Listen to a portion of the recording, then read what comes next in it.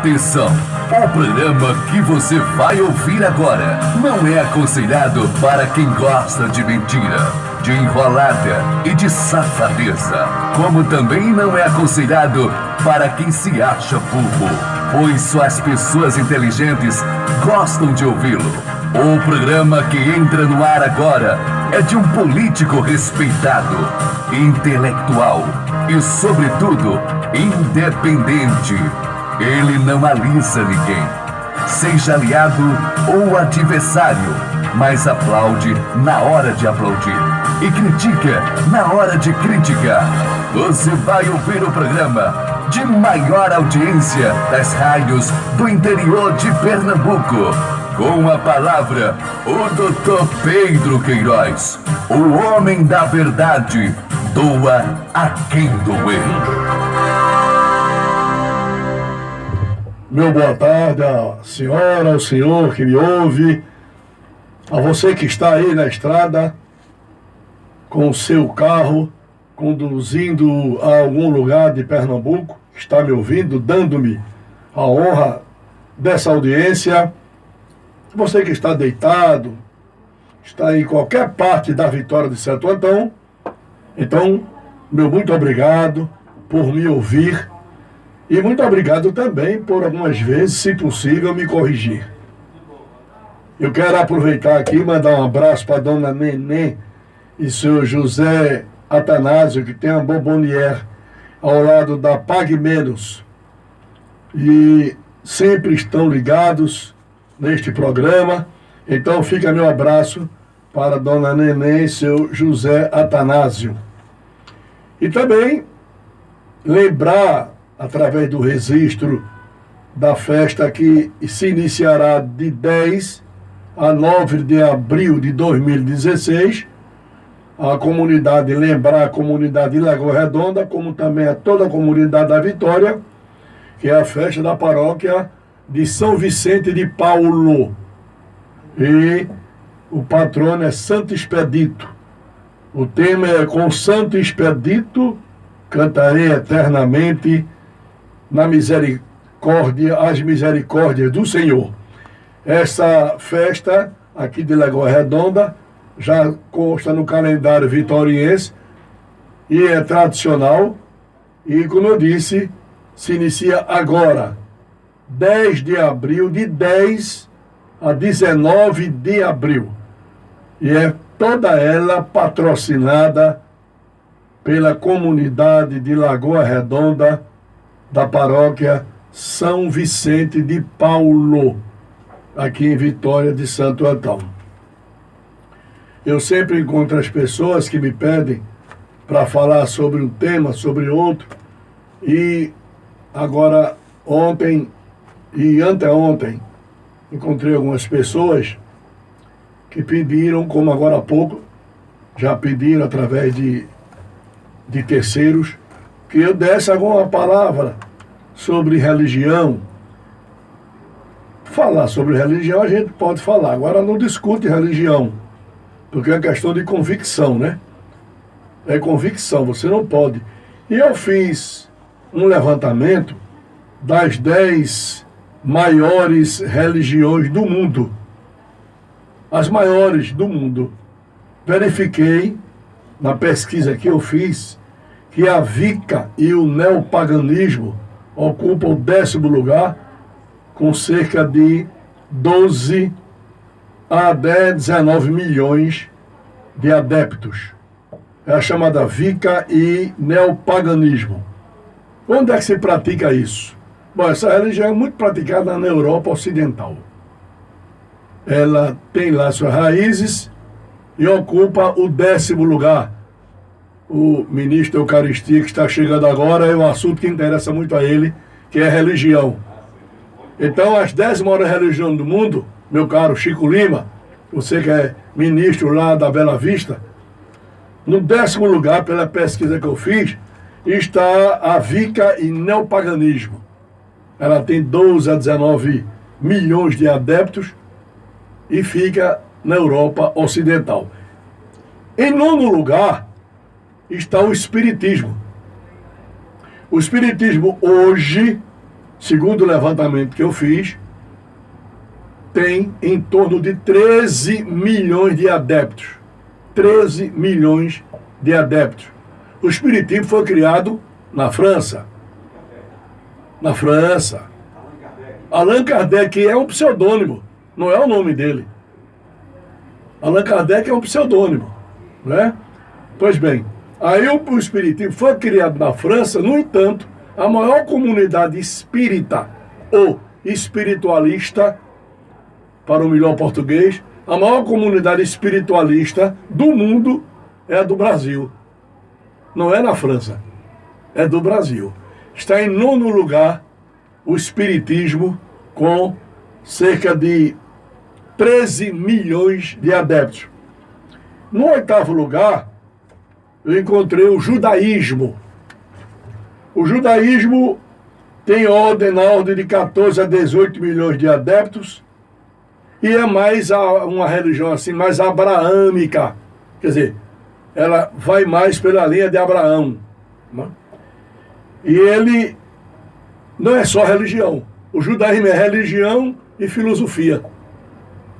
Ele convive com as duas, religião e filosofia. Tem a crença, mas tem a filosofia, o modo de vida tal, que eles adotam nesse sistema abraâmico, que é exatamente a linha de Abraão. E é muito praticado em Israel. Você tem lá o Muro das Lamentações. Quem conhece já viu em televisão, o povo vai até o muro, encosta a cabeça, né? Se curva. E lá está o Espiritismo, onde a fonte maior é Israel.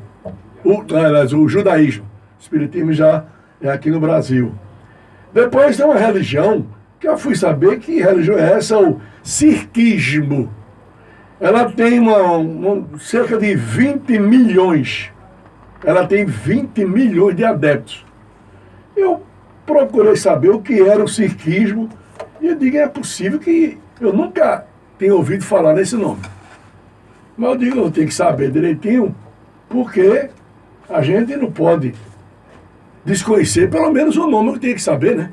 Porque Espiritismo você conhece o nome, o Judaísmo você conhece, mas Sikhismo não. Eu fui ver, é uma religião antiquíssima, é do século XVI, o Sikhismo. É do século XVI. E ela também é monoteísta, só tem um Deus ela, viu? Monoteísta. Ela é mais da Índia, na região de Punjab, na Índia. Por isso que ela tem esse povo todo. Não é a maior religião da Índia, mas ela é muito praticada na Índia. E está aqui essa religião em 5º lugar, que é o Sikhismo. Aliás, não é o 5º, ela está... O Sikhismo está pela minha relação aqui, no 7º lugar. Ué, a pesquisa, pediram que eu levantasse isso, fiz. 7º lugar é o Sikhismo. Aí eu fui acompanhando para ver até onde eu chegaria nessa minha pesquisa, né? Eu vi aqui, no caso, o 6º lugar, a 6ª religião do mundo, que é o Shintoísmo. Religião que tem uma média de quase 65 milhões de adeptos. Mas não, o Shintoísmo é muito mais forte no Japão. No Japão. Ela está em 6º lugar, o Shintoísmo. Aí você vem no 5º lugar, que é o Budismo. Budismo tem hoje uma média de 380 milhões de adeptos. O budismo. Essa religião, ela é uma criação, sua base são os ensinamentos de Siddhartha Gautama, conhecido como Buda. Mas é antiga, né? 600 antes de Cristo. Era de 600 antes de Cristo. Muito mais antiga do que o cristianismo, mas muito mais. A gente é de Cristo para cá, 600 antes de Cristo. Ela analisa e acolhe vidas presentes e vidas passadas. É o entendimento aqui do budismo. Ela vive nessa interligação, é muito forte na Tailândia, no Camboja e também no Japão. O budismo, né? Aí eu fui ver aqui a quarta religião. É uma religião chamada religião tradicional chinesa. Não tem um nome assim, que foque. Eu fui ver essa religião, são 400 milhões de adeptos. Esta é um termo usado para a inter-relação entre diversas correntes. Eles aceitam. Dão o nome de religião tradicional chinesa. Mas só fica por lá. Só fica por lá. Mas é uma religião com 400 e tantos milhões de adeptos. Quer dizer, é muita gente, né? O Brasil tem 200 milhões, 2 vezes a população do Brasil. A gente se engana muito com religião, né? Porque a gente só está aqui, aí só foca a daqui, né? A de não, tal. Aí você faz, e afinal, Pedro, essa... E a outra religião, o hinduísmo. O hinduísmo. Essa sim, é muito forte em Nepal e na Índia. O hinduísmo. O hinduísmo tem apenas 900 milhões. 900 milhões de adeptos. Isso é uma pesquisa nova e a numeração também é nova. 900 milhões de adeptos. Eu estou atendendo aqui vários pedidos que fizeram a mim para falar sobre religião. Eu estou focando as 10, que eu não vou estar relacionando religião, com muita religião no mundo. 900 milhões. Agora tem surpresa aqui, viu? Pois bem, ela não tem assim o hinduísmo, viu? Chico Lima e André. André é de muitas religiões.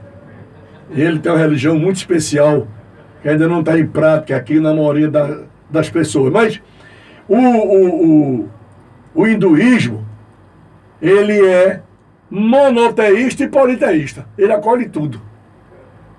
O hindu acolhe tudo. E é muita gente.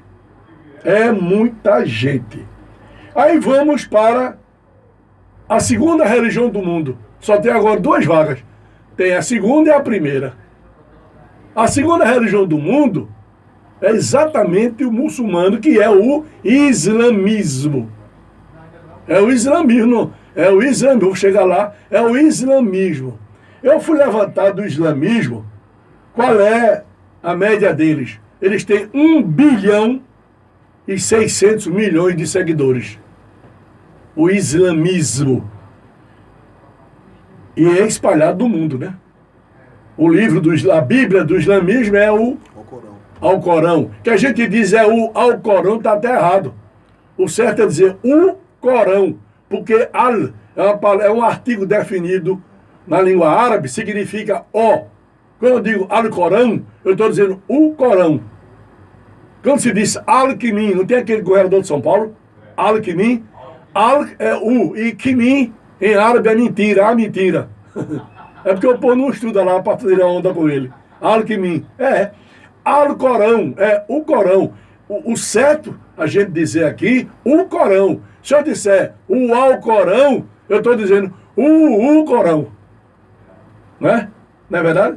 Bom, aí tem. E a primeira do mundo é o cristianismo. O cristianismo, ele hoje, quando eu falo em cristianismo, eu falo catolicismo e todas as linhas protestantes, todas. Se você procurar tanto do pentecostal como os neopentecostais, tudo.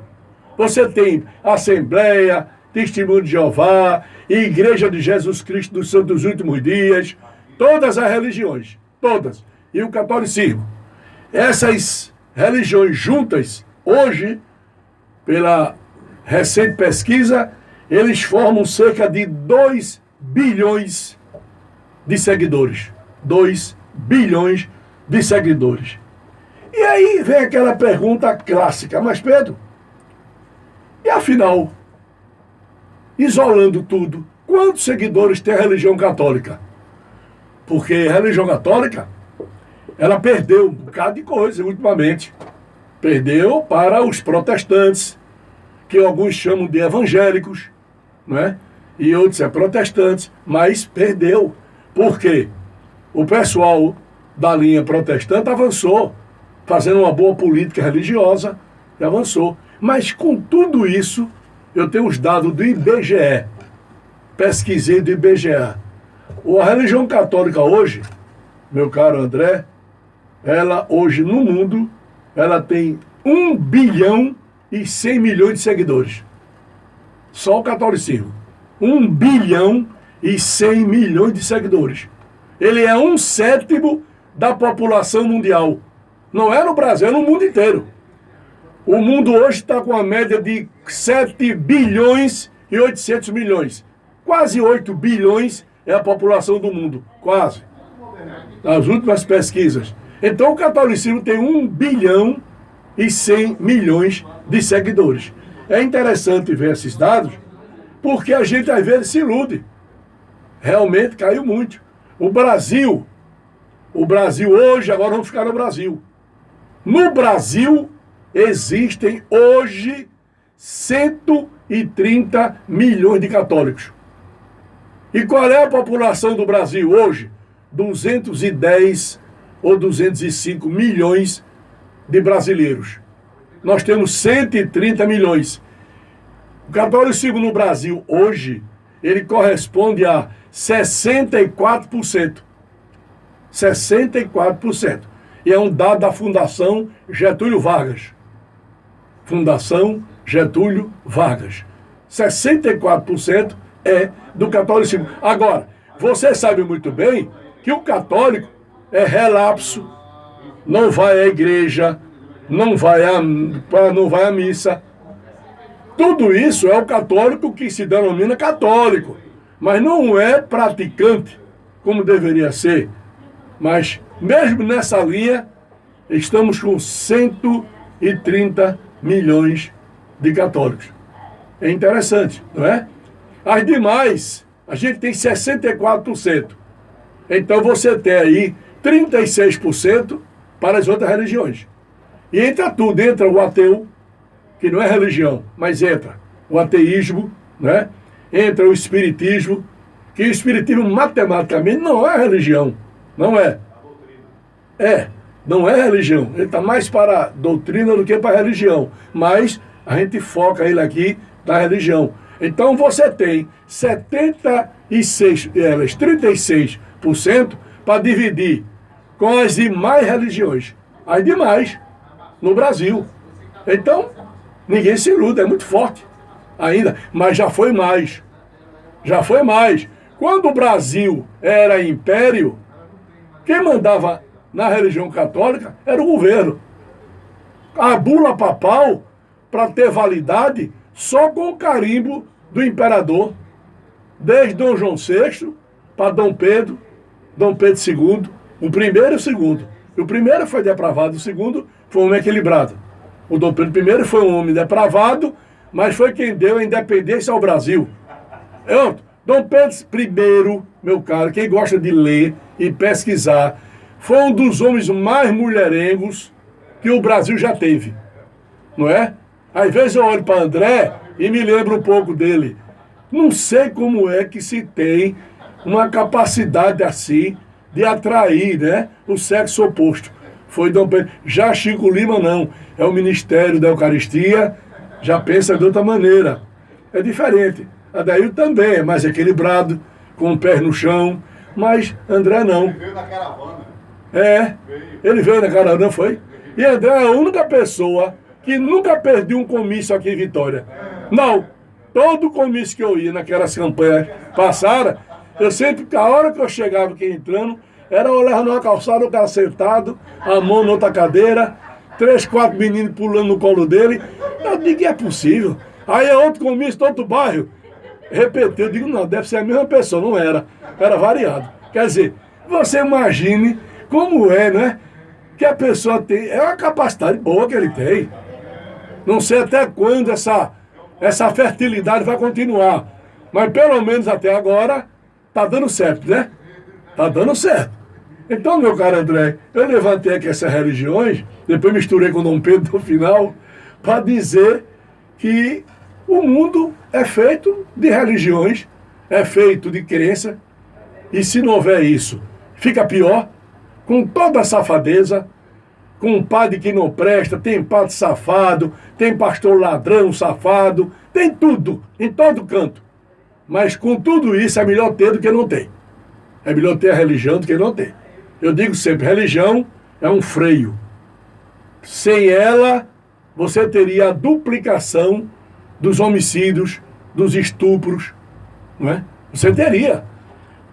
Eu me lembro até daquele pastor americano que foi assassinado, e era um homem que respeitado, Martin Luther King. Ele foi assassinado nos Estados Unidos, e ele tinha uma oração interessante, que é uma coisa curta, o Martin Luther King dizia, e vale até hoje.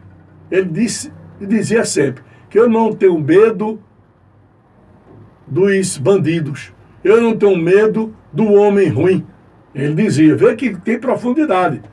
Eu não tenho medo do mal, dizia Martin Luther King. Eu não tenho medo do mal. Não tenho. Eu não tenho medo do crime. O que é o crime? Homicídio, estupro, assalto, tudo. Roubo, furto, o que você imaginar. Eu não tenho medo. Mas ele diz que muito mais mal, ou então um mal maior do que isso tudo, do que o crime, o que faz é a omissão dos homens de bem. Ele dizia, que parecido, né? Ele diz, enquanto o homem de bem cruza os braços, ele causa muito mais malefício do que o bandido. Porque você se acomoda. Eu não tenho nada com isso, eu não vou entrar. É feito política.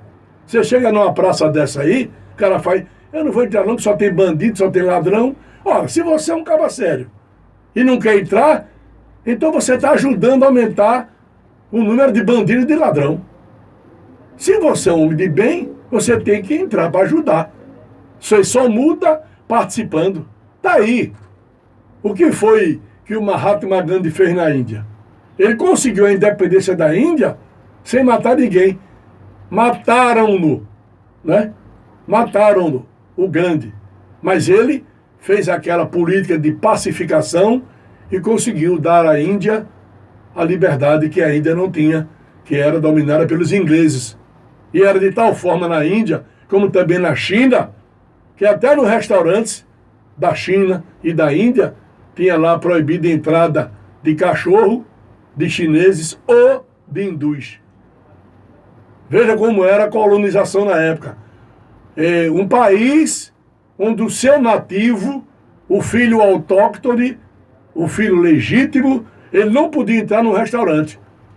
Como o Brasil era colonizado antigamente por Portugal, não chegou a tanto. Mas na Índia chegou. Na China também chegou. Aí tinha a placazinha no restaurante. Proibida a entrada de chineses e de cachorros. Até o século passado. Então eu não podia. Quer dizer, aí você fica imaginando, o povo às vezes não tem tempo de ler ou não quer ler, e às vezes quer discutir uma coisa sem saber, sem ler, sem pesquisar, não é? Sem ler e sem pesquisar. Não pode, se souber a história é interessante.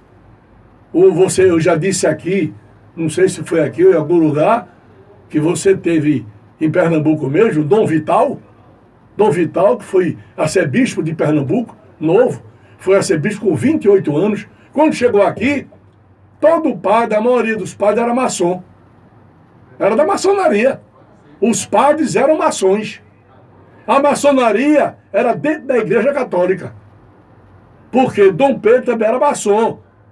E havia aquela convivência de maçom com a Igreja Católica. Depois, houve o desentendimento, quando um padre fez um discurso numa loja maçônica, no Rio de Janeiro, e ele vestido com as roupas sacerdotais.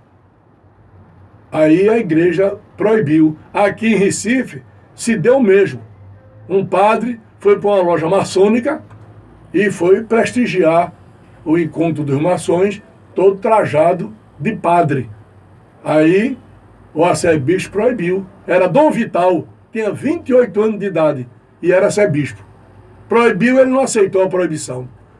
Aí Dom Vital determinou que ele abrogasse daquilo ali. E ele não aceitou. E Dom Vital, então, teve que tirá-lo, afastá-lo da comunhão, das confissões oficiais da igreja, onde o padre tem os sacramentos, e ele só quem faz aquilo é o padre. Tem coisa que o presbítero faz, mas o padre faz na totalidade. Então, Dom Vital começou a cortar alguns sacramentos que eram atribuídos aos padres, a esse padre. Aí os outros se revoltaram e houve um movimento contra Dom Vital. O Dom Macedo era o bispo do Pará, o estado do Pará. Viu Dom Vital pressionado aqui demais e não tinha internet naquela época, nem tinha imprensa. Mas as notícias saíram. Aí Dom Macedo foi solidário a Dom Vital. Conclusão, os dois foram presos, levados para a Ilha das Cobras, no Rio de Janeiro, a 2 anos de cadeia. Dom Vital e Dom Macedo.